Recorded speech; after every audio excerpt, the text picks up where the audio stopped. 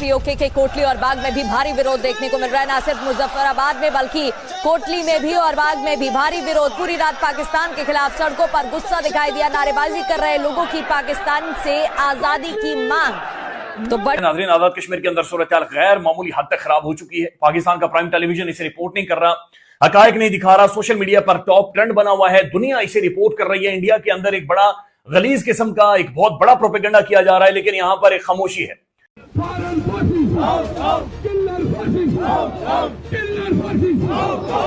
पीछे से कुछ दाएं बाएं आगे पीछे से कुछ शरारत हो रही है। जॉइंट एक्शन कमेटी को लोग वो कर रहे हैं और वहां पे अदम इस्तेहकाम फैलाने की कोशिश कर रहे हैं। 29 को फिर उन्होंने कोई पहिया-जाम हड़ताल की कॉल दी हुई है। सो ये सारा मामला है और खबरें यही आ रही है कि दाएं बाएं से कोई देखिए, ये तो मदद उनको बुनियादी बात यही है कि शरारत जो है वो अपने प्रॉक्सीज के जरिए समहाउ जो है वो इंडिया कराएगा। अब मैं इनको जॉइंट एक्शन कमेटी को प्रॉक्सी नहीं कह रहा जी, कुछ प्रॉक्सीज हैं जो इनके माइंड्स को प्लूट।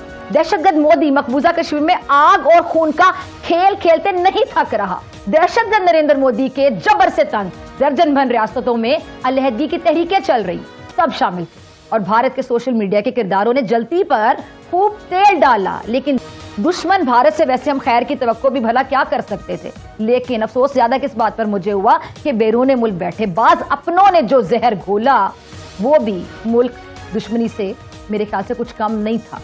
और अब बात पाकिस्तान की। पीओके यानी पाकिस्तान के कब्जे वाले कश्मीर में सरकार के खिलाफ लोगों का गुस्सा बढ़ता जा रहा है। सरकार के खिलाफ हिंसक प्रदर्शन वहां शुरू हो चुके हैं और इसे रोकने के लिए पाकिस्तान की सेना और वहां के सुरक्षा बल निहत्थे लोगों पर फायरिंग कर रहे हैं। ये प्रदर्शन JAC यानी कि जम्मू कश्मीर ज्वाइंट अवामी एक्शन कमेटी की अपील पर हो रहे हैं। प्रदर्शनकारी सरकार पर मौलिक अधिकारों की अनदेखी और महंगाई कंट्रोल न कर पाने का आरोप लगा रहे हैं। इन्होंने सरकार के सामने 38 मांगे रखी हैं, जिनमें पीओके विधानसभा की 12 रिजर्व सीटें खत्म करने की मांग शामिल है। Those who will unchain the rulers of India, जो जाएंगे और हिंदुस्तान के बादशाहों को जंजीरों में जकड़ कर लाएंगे and will then return to Damascus, और फिर मुड़ जाएंगे दमिश्क की तरफ, will find ईसा इब्न मरियम। जाएंगे तो तुम में से जो शख्स उस दौर को पाले, उस लश्कर में जा मिले। We are waiting for that. Pakistan army is that army. Modi साहब को जंजीरों में जकड़ना हमारे से अलावा कोई नहीं चाहता दुनिया में अभी। नाज़रीन, ओवर द लास्ट 2-3 डेज आपने देखा काफी हमें अफसोसनाक किस्म के मनाजिर देखने पड़े और मनाजिर भी उन जगहों से देखने पड़े।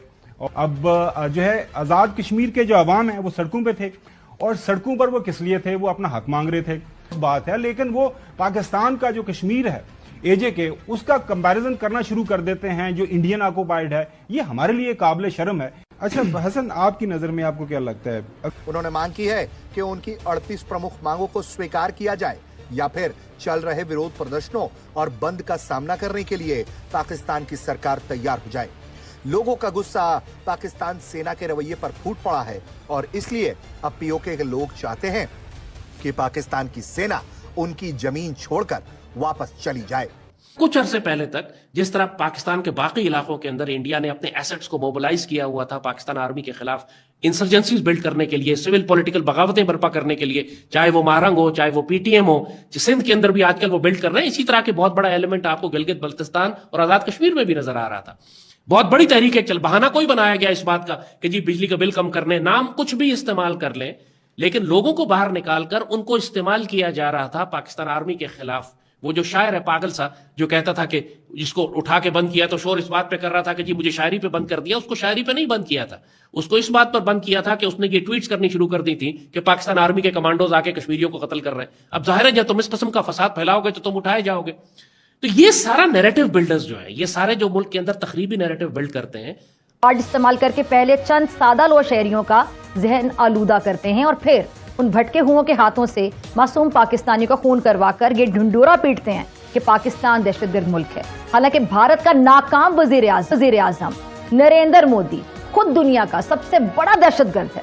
बहरहाल बुज़दिल भारत और दहशतगर्द मोदी की बात अगर मैं करूं तो उनके दहशतगर्द होने का सबसे बड़ा सबूत कुलभूषण यादव है, जो इंडियन नेवी का हाजिर सर्विस ऑफिसर था।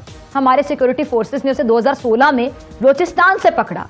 मोदी ने गुज़िश्ता 4 साल के दौरान पाकिस्तान, अमेरिका, कनाडा, ऑस्ट्रेलिया में 10 अफराद को टारगेट किलिंग का निशाना बनाया, जिसमें खालिस्तान तंजीम के जो सिख रहनुमा है तहरीक के वो भी शामिल थे। और दहशतगर्द नरेंद्र मोदी या दरिंदर मोदी कह दें, उसके दौर में सानिया समझौता एक्सप्रेस हुआ। दहशतगर्द मोदी मकबूजा कश्मीर में आग और खून का खेल खेलते नहीं थक रहा। दहशतगर्द नरेंद्र मोदी इंटरनेट पर भी दहशतगर्दी करने में मुलव्विस है।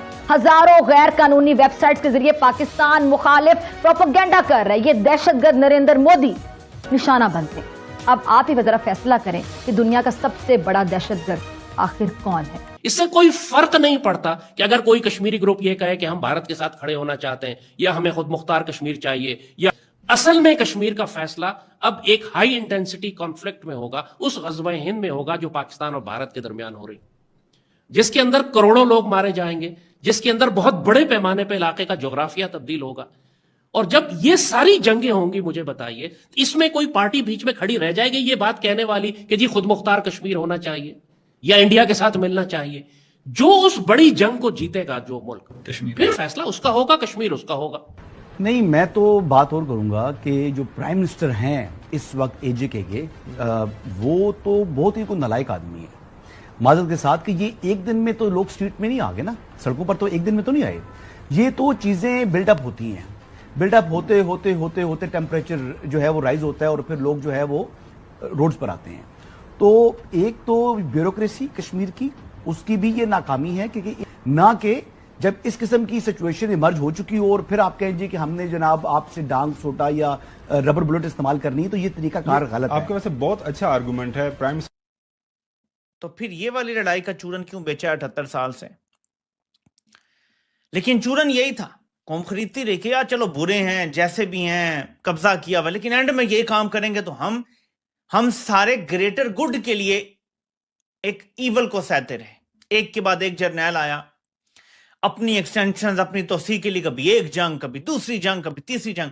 लेकिन यार ये बात तो जंगों से बहुत आगे चली गई है, नजरिया पाकिस्तान ही रोन दिया है। इस वक्त नादरीन आजाद कश्मीर लहूलुहान है। आजाद कश्मीर के अंदर हर शख्स का सीना छल्ले है। 30 लाख आबादी आजाद कश्मीर की, और जो ओवरसीज पाकिस्तानी सारे मिलाकर तकरीबन 4 मिलियन लोग आज एक सवाल पूछ रहे हैं, और वो एक सवाल लेकर खड़े हो गए हैं कि भाई हमें गोलियां क्यों मार रहे हो, और ये कौन है जो हम नौजवानों की नादरीन लाशें गिरी हुई हैं।